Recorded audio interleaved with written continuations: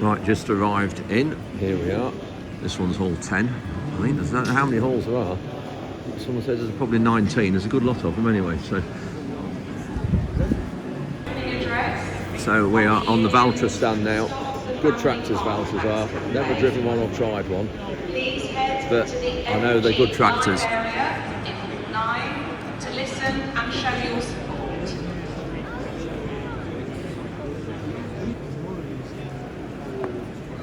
These tractor seats now, Gramma's are really good.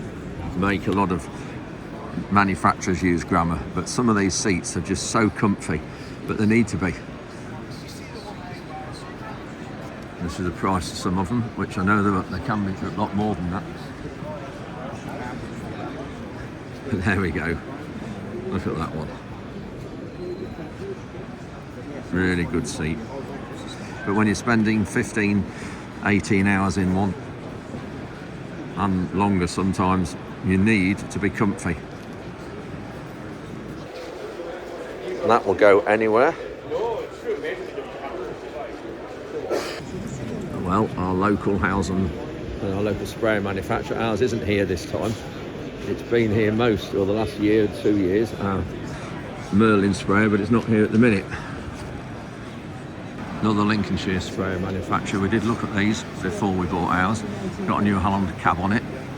Really good.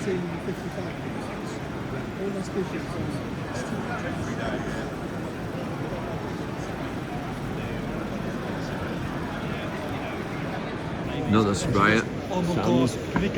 We looked at those as well. Really good sprayers. Well made, well finished off. And very reliable.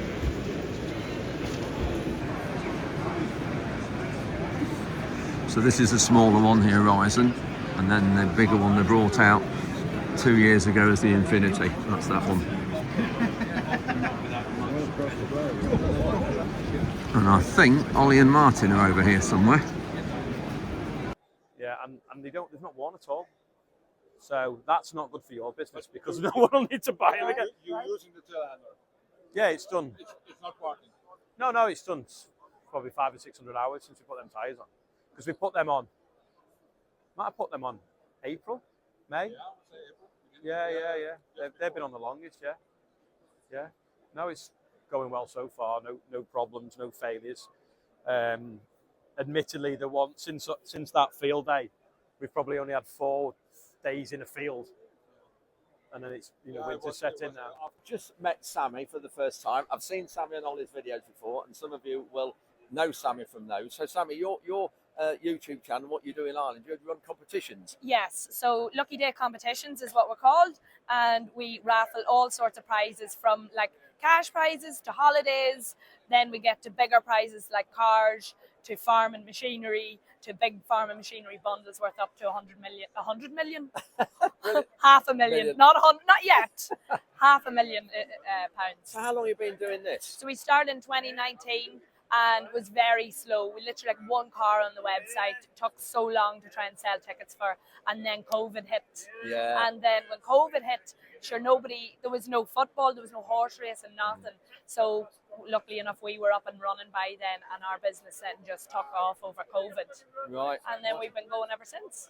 Wow, that's incredible. Yeah. And have you got a lot of regular followers, or do you get a lot of new people all the time with it?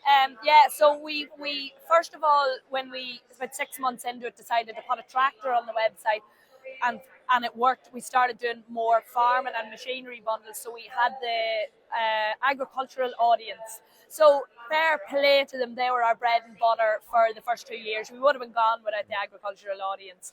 And then as say the years rolled on and we made a couple of pounds, we've started to now branch out into cars, supercars and drift cars, and then out into like your Gucci handbags and makeup sets, wow. and to keep the girls happy too. So we're all the time gathering new and different audiences. And where are you based in Ireland? We're based just north of the border. So the nearest town to us would be Newry. Oh, right, yeah. And how often do you get over here to the UK? Do you know, I would get over and back a wee bit. Like last year, I was over and back to the UK a couple of times and got over to Scotland, a couple of different shows in Scotland. Yeah. And I kind of have got to know more people now, so I'm hoping this year I'll get over more because these are just lovely. Yeah, well, you'll have to come to Lincolnshire and see us in Lincolnshire. Is it nice there? Yeah, it is, because I tell you what as well, you won't probably know. Have you heard of the Cereals event? Yes. Yeah, well, I'm hosting it. It's on my farm this coming year. No way. Yeah. I've heard so much about cereals. Yeah. And Sandy, you call the guy. That's yeah. it. So I had a good chat with him at the Highland Show. Lovely guy. I was like, I definitely want to go. So that's at your It's place. on my farm this coming. So it's June the 11th and 12th this year. It's going in the diary. June 11th and 12th. Yeah, that's right. And, okay, I heard it's brilliant. Oh, we'll end, hopefully we're aiming for 20,000 visitors. Oh wow. Over the 2 days. Okay. But the site's already established and set up now. Crop plots in the ground, and it's all ready, if you like. We just need all the crops to grow. Wow. So you are like basically planning a year nearly in advance to have it right yes, for. we are. That's right. Okay, brilliant. So it's 11th and 12th of June in Lincolnshire. But Sammy, it'd be great to see you and come along. Yeah, so cool. if anybody wants to join you and help you with your competitions, how do they So they can check out the website is just luckydaycompetitions.com. Yep. And then if you're not into buying tickets for prizes, that's totally fine. You can just follow me on YouTube, Sammy Lucky Day Comps, and then I'm on all the social platforms as well, Sammy Lucky Day Comps. Brilliant. Thanks, Sammy. Well, we'll see you again today, but also hopefully look forward to seeing you in Lincolnshire in June. Yeah, cool. And I look forward to meeting everyone. Thanks, Sam. So this is an interesting piece of kit. This is what they call the Zern top cut. Now this is for collecting weed seeds, and I've had quite a few people say to me, why don't we use this for blackgrass? It's difficult to explain it here because it's not opened out, but those fold out, and then you drive through the crop, and there's a cutter bar, there's a knife. If I can't quite even see that, but there's a knife like a combine knife. You can see under that orange guard there, and that you can see that's one of the blades there, and it cuts the weed seed off the top of the crop. This is like a conveyor belt, and then it hoovers it up and conveyors it into this hopper. That's like a conveyor belt, you can see there, and then you fill the hopper up with weed seeds or weed heads and then take it off the farm. Problem is, I can see though that you've got these wheels running the crop, and I know from experience that blackgrass, any you don't pull, it's such a virulent weed that it reseeds. I don't think it's any good for what we want to do. I don't think it would harvest enough. And then your tractor obviously at the front running in the crop as well is running blackgrass down, and it's been proven in trials you need 98% control to actually stand still and not get your blackgrass population any worse. Blackgrass is a grass weed that is probably the most damaging for yield reduction in the country. I've got George here from Zern, and we're just talking about this. What's it called? Top cut collect. Top cut collect. My worries are that the running in the crop is leaving too much blackgrass behind or running the crop down. But you're saying there's ways around that. Yeah, it's very minimal, the actual what you're running down. And if it was a real big issue, and not everybody might want to do this, but you could always put 12-metre tram lines in to run it in 12-metre tram lines, which would then solve the issue. Well, I would like to see a field that say it's done 1 year and see what it's like the following year and even the year after that to see how much blackgrass is left. Because I know from our own job, doing it 10 or 11 years, that you're a long, long while before you start to get the weed population down. Yeah, it is a year-on-year process. You're not going to solve it in 1 year. And what about the blackgrass heads that are below the ears of wheat? How many do you find of those you're leaving? You're probably getting somewhere between 60 to 80% of the blackgrass heads. Yeah. Some customers are actually going in twice. Right. They're going in early and then allowing the shorter ones then to become more dominant and come up, and then they're cutting those later. And by doing that, you're probably up near 80%. Right. And what about cost and everything of this machine? Yeah, retail price is about £125,000. Right. But there are more contractors now contracting with it. So it is generally a contractor's machine, yes. And what are they charging? They're charging £150 an hour. An hour, right. Yeah. I suppose. And is there a forward speed optimum, or does it depend on the density? It really depends on the conditions of the ground, because you want to be fairly smooth ground to travel at a decent speed. And also how much blackgrass or ryegrass there is there to how quick you're filling the hopper up to emptying the hopper. So work rates then can vary hugely. A huge difference in work rates, yeah. Right, yeah. So, well, thanks for that. We'll see if you got plenty a few working around the country. Yeah, there's quite a few machines now. There's a few contractors running 2 machines now. Right, yeah. And where are they made? Made in Germany, in our factory in southern Germany. And is it just used for weed seed collection? And there are a few other jobs people are doing with it, quite special jobs that people have used it for. Okay, George, that's great. Thank you. That was interesting to talk to George. This is it working. So you can see it goes forward. Here's the weed seeds all above the ears of the crop, and then that's it when it's finished. But yeah, as I say, I would like to see a field when it's been done. Anyway, we need to head across now to Kirkby Tyres because there's somebody there waiting for me according to Ollie who's just run. Local company to me. They are born in Lincolnshire. Now, what these are crop cooling pedestals. So you'll put these down on the floor, you'll bury them into your crop, and then you'll put a motor on the top that will suck all the hot air out the corn. When you space them so far apart, there you are, there's a motor on top. This is a screw-in one. They have smaller ones like that, that's a screw-in one. So you go on top of the heap after the shed's been loaded, and then you screw them in the heap like that. You can see they're shaped like a corkscrew, and they wind the way in. So the perforated bit, you can just see now that's disappeared into the corn. And you put your motor on top like that, and then it will aerate the heap. So obviously cooling the heap stops insect infestations and just improves the condition of the crop in store. So that's how you put them on the floor before you load the crop. And then you can load the grain around them with a bucket. You tip it with a trailer as well, but you have to be careful moving them because they do move when you're pushing up with them.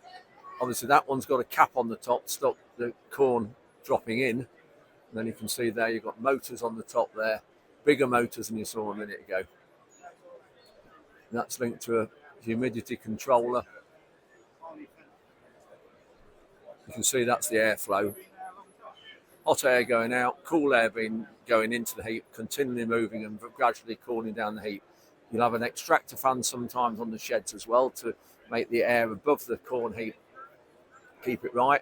So it's pulling good air in, you can see there, and then it will be sending hot air out because that's got an extractor one on the right. So here's your other pedestals. That's like those down there.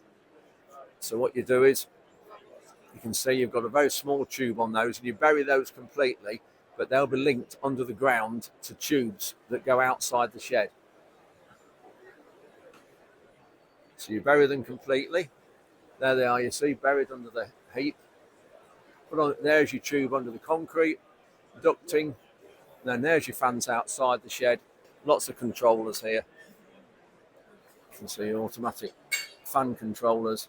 There's all the various humidity, moisture, temperature, and barn owl. That's there one for linking it to your phone and recording it on your computer.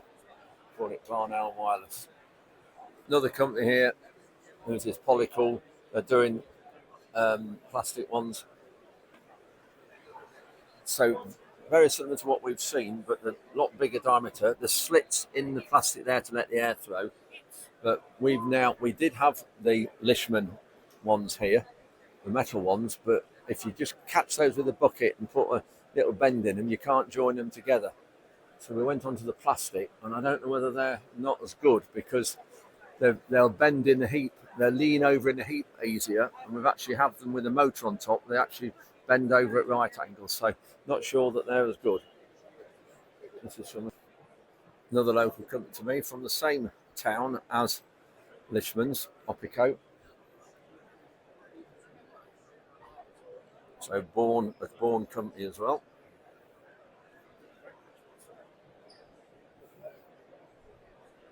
Well made kit this is.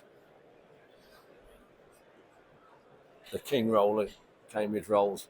It's got a seeder on the top for either slug pellets or small seeds. Subsoiler for loosening it deep under the ground.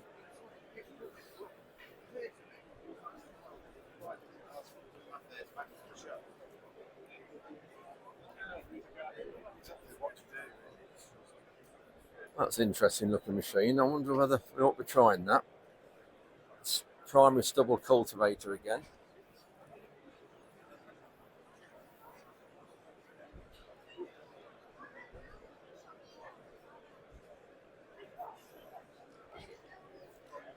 Something, when you're looking at machines, if something looks right, it usually is. And I must admit, that to me just looks right for on heavy soils and sort of dry heavy soils.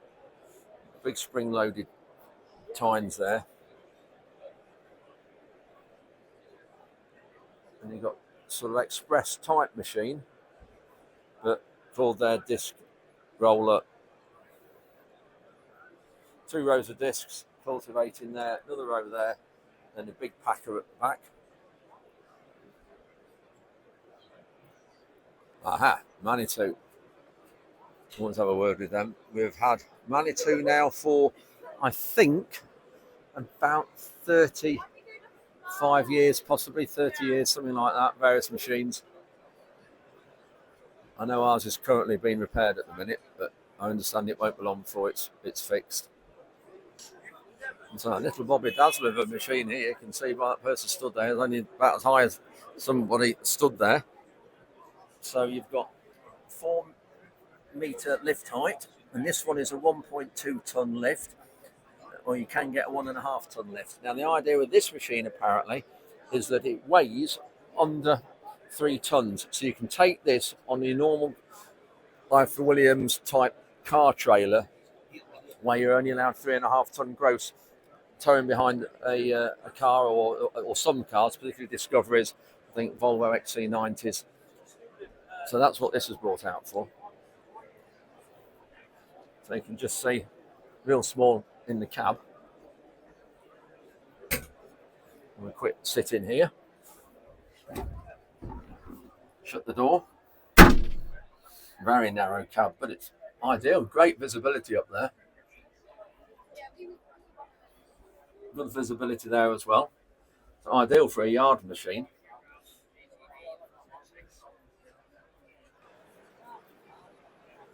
So this is where I want to be having a look at, Bardenstadt. We've tried the top down, if you remember this last autumn. Cracking machine, really liked it. One slight little snag is the price, but we tried this one with the e-services, and what that means is you've got an iPad in the cab and all the machines controlled electronically, so you can set your depth from the cab and have different soil type settings in the same field. So as you're going up and down the field, you can press the soil type and it changes things in the machine, settings in the machine, all controlled from the cab. And I think it adds about £8,000 to a 5 metre machine, which this is a 5 metre machine. It's a 500, which I didn't think was too bad. It's just though whether over the years, whether electronics on a cultivator like this are going to be robust and last and stand the test of time with soil, dust, water. That's my only reservation, but they're a cracking job these do. This is the exact machine we'd want behind our RX, a 5 metre one, with probably a double disc packer at the back like that. Does a great job. So H&M trailers, I think they're possibly Irish, but really interesting design of this ramp at the back. So this is the ramps, but what we've got here is it's a flatbed as well. That bit obviously is not filled in the middle. Hang on, I've got Ollie ringing me. Yeah, I forgot. I'm meeting Victoria Atkins and a few other people at the Merlot stand, and he's there just reminding me. So I'm just heading across there now.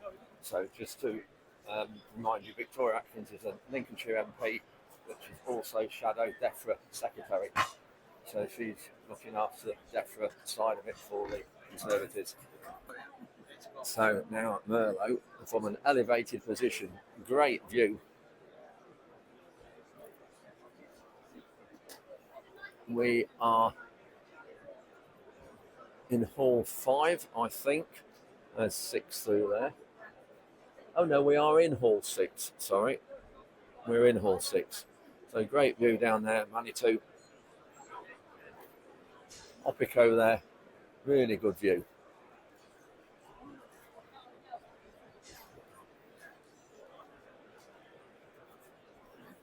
So Jeremy's just come up and said hello to us. Top of Merlot here, great location.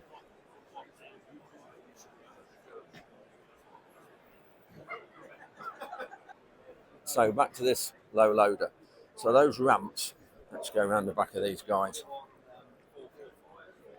So what happens here is these ramps fold up vertical like this onto this frame, the hinge here, and then it hinges lower down here, and then that folds down to the floor and creates your long ramps here. Now what this is for, it's like what you call a bale wedge, some people, so it makes this whole platform level. Yes, you've got the little hole in the middle, but if you're putting bales on, it's fine like this. It doesn't matter about the hole in the middle. And probably most seed bags and things, it doesn't matter, because most of your bag is on the flat bit here and a little bit beyond the middle. So this is Maschio Gaspardo. Remember we had the 8-metre para harrow for an extended trial earlier on this year. Here we are. It's a mower that goes on the back of the tractor, and then you put this one on the front, so that where your tractor wheels have been, it cuts the grass and anything you're cutting in front of your wheels, so it does a good job before the wheels run it down.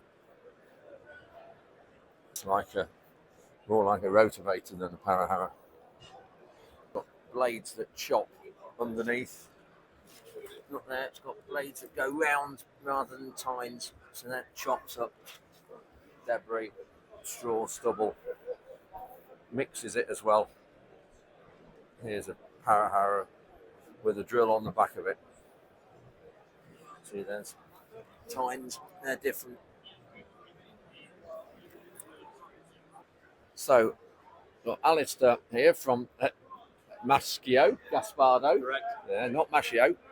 And he's just saying this is a little film of the, is it the 10 metre? This is the 10 metre, yes. So let's see if I can hold it steady.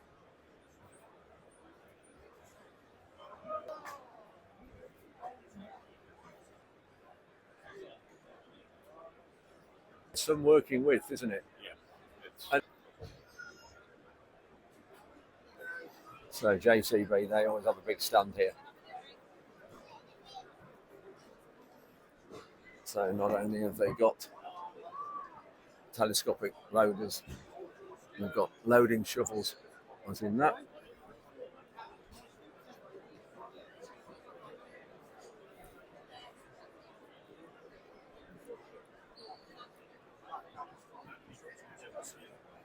So this is their, yeah, look at that.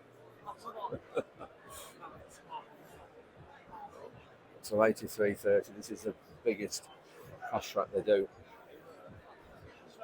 It's not equal size wheels, you'll note, like the other fast tracks are. The rear ones are bigger than the front.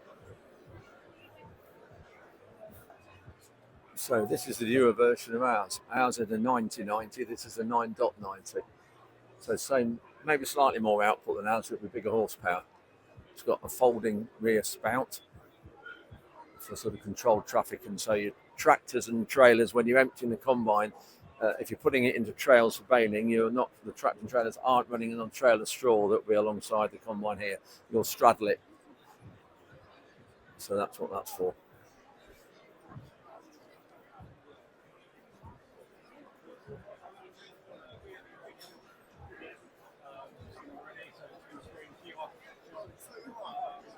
"50 years of twin rotor," that's when the first twin rotor came out. And I think the TF 42, 44 and 46 were the original ones, and TF stands for twin flow, and it went twin rotor. But it had twin rotors, the TF had twin rotors.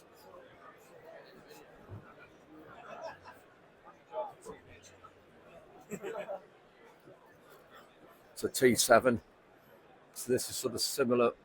Is that 300 horsepower, I suppose that means? That looks a bit, wow. Very tinted windows, lovely blue fluorescent colour, wheels, black and blue. stunning paint job. Fantastic paint job, that. So the other side of the New Holland stand is Case. That's why it's called CNH, stands for Case New Holland.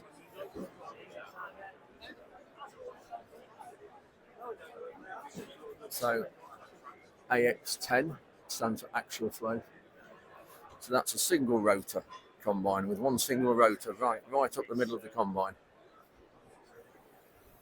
And that's got the ready crop chopper on it, by the look of it, which is a really high-powered chopper that pulverizes the straw.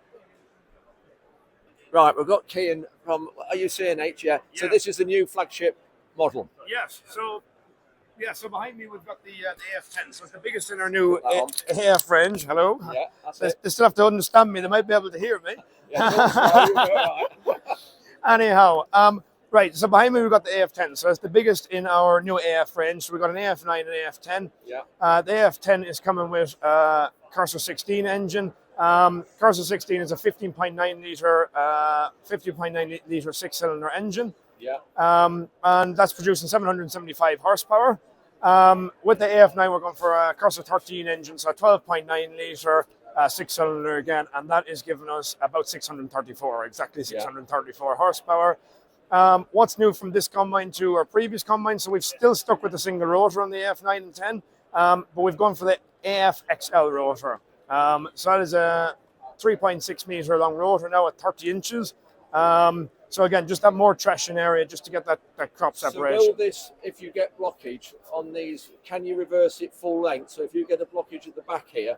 Exactly. So even better than that, right? So we have now got a full automatic unblocking system on these. So from the cab, the operator can literally press a button, press it in the screen, hit an option, and that will actually automatically, it's called an auto deslug. Yeah. And what that'll do is do 4 or 5 revolutions in reverse, 4 or 5 forward. So the idea is we're not trying to get the crop that's in the rotor back out through the header or through the feeder house into the header. All we're trying to do is just loosen it. Yeah. So you go back 4 or 5 rotations, forward 4 or 5 rotations, and eventually then it'll start slowly just bringing it forward, putting it out through the to the rear discharge, and you can continue on. So all you combine manufacturers, you all have an optimum or you have a tons per hour figure.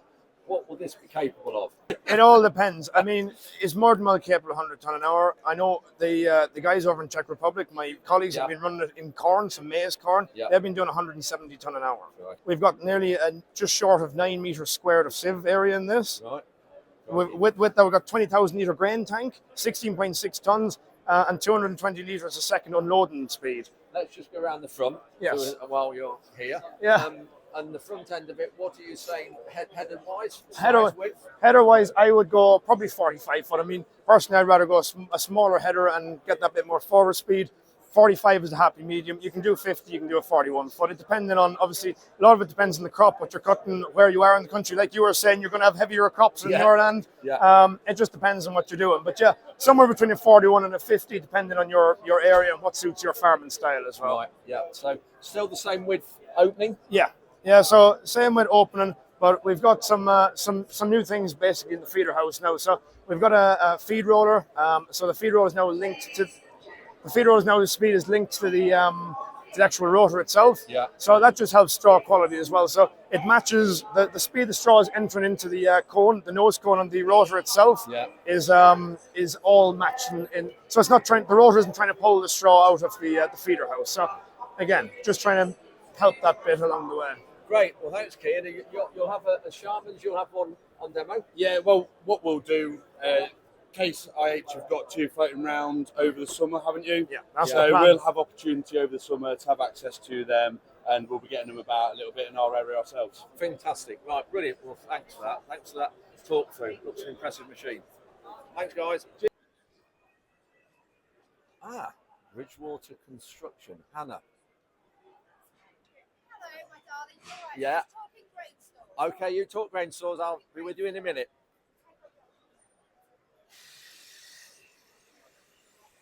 You've seen Hannah before on these videos.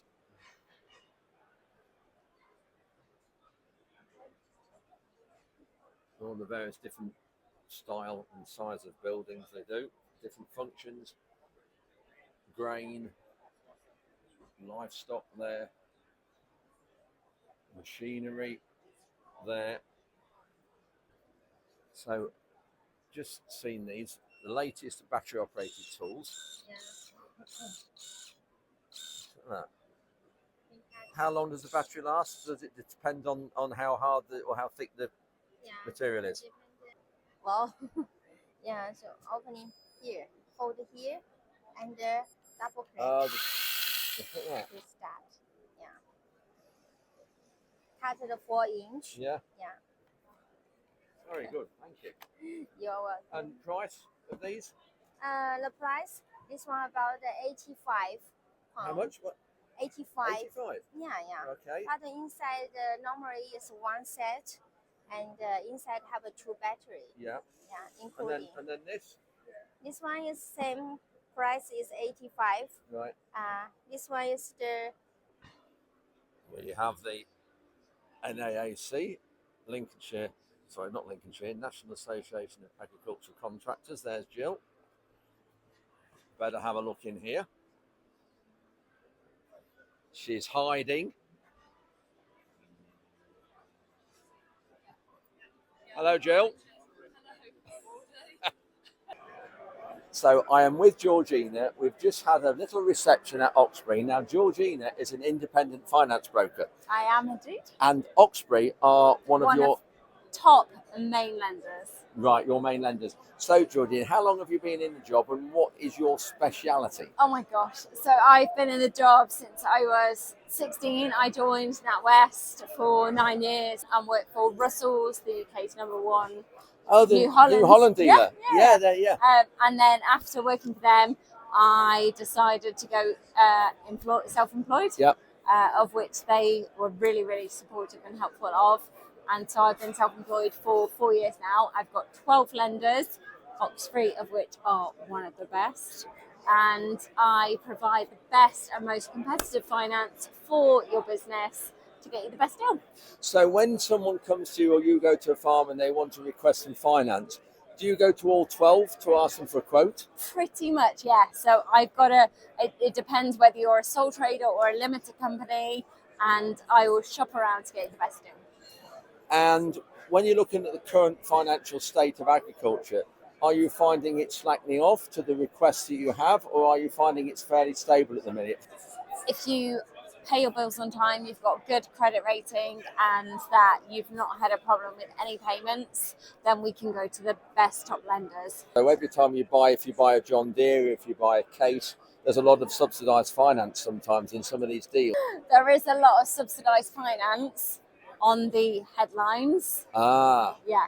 But I'm very grateful and very appreciative of the relationships I have with my customers, so that if there is subsidised finance, they will contact me and say, George, I've been offered this deal. What do you think? And 8 times out of 10, I'll be like, yep, you're getting the best deal. 2 times out of 10, I'll be like, actually, I think I can do better than that. So, Lamma here today, what are you feeling the confidence is like and the vibes you're getting? Lamma, I have never seen it so busy. I am so happy to see so many customers. I am very grateful that I'm Derbyshire based, and I have customers in the Shetland Islands, customers in Cornwall, customers in Devon that use me and trust me. And I have met 6 customers today that I have never ever seen before, which is just absolutely wonderful. Lovely to see my friends, and yeah, it's really, really good. You just mentioned that. So how many of your customers actually you do deals on the phone, or do you go out and see everybody? Unfortunately, I have so many customers on the phone. The best part of my job is seeing customers face to face, and it's just not always possible. So a lot of my customers are dealt with electronic e-sign and things like that, which actually breaks my heart a little bit, because the best part is sitting around the kitchen table. The personal touch is gone. Taking cakes and biscuits to see them. Yeah. And I would absolutely love to see everybody that I did finance for, but unfortunately that's not always possible. And what about the budget? Is that having any implications, you think, at the minute? Yeah, 100%. I have had customers that are talking about things such as inheritance tax insurance. Yeah. So we've got life insurance, which is a big, big process at the moment, where we can provide insurance for inheritance tax, which is a horrible thing to think about, Yeah. but something that is there. So if you need me, want to talk about it, I can put you in the right direction for absolutely 100% trusted, layman's terms people that would help you with your business. Last thing, if anybody wants a quote from you, if anybody wants to talk about machinery finance, how do they get hold of you? My page hopefully will be linked to this. Yes, it will. But my mobile is 07792 542 839. Email address? Georgina.finance.business.ag. As you can see, Georgina is full of great character. She has a lot of customers, a lot of clients. So if you have any requests for finance, please give Georgina a shout. You've just heard the contact details. Well, it's 10:47. I've just got home, and that is, I left home at 6:15 this morning. Had a great day. Lovely to meet so many people and a lot of people who watch the videos. Thank you for all the fantastic comments and all the great discussions and conversations about lots of things to do with farming, about the situation with the industry at the minute. And yeah, just brilliant to meet so many people. Don't forget, on January the 22nd, I am hosting the Kent Farming Conference. This is the annual farming conference at the Kent Showground, all about regen farming. We've got two people in the debate. We've got Silas Headley Lawrence, who's an experienced regen farmer doing a lot of things in the UK. Also, he's had experience in New Zealand, obviously for regen. And then on the other corner, we've got Peter Kendall, Cambridgeshire or Bedfordshire farmer. He's more for leading a science-led approach. And we're looking at food supply, we're looking at cutting imports. So we need to make sure that this is what we're doing, whichever sort of system we're looking at. I think it's number one. Anyway, Kent Showground, the 22nd, 5 p.m. start. Plenty of chance for the audience to get involved. Finishes at 8 p.m. with a light supper, and it's free to attend. The link to register is in the video description here, so please do come along, and we'll probably finish the evening off with discussion about the current state of farming and the budget, the government, all those sorts of things. But please do come along. Hopefully see you there. Thanks for watching this, and we'll see you next time.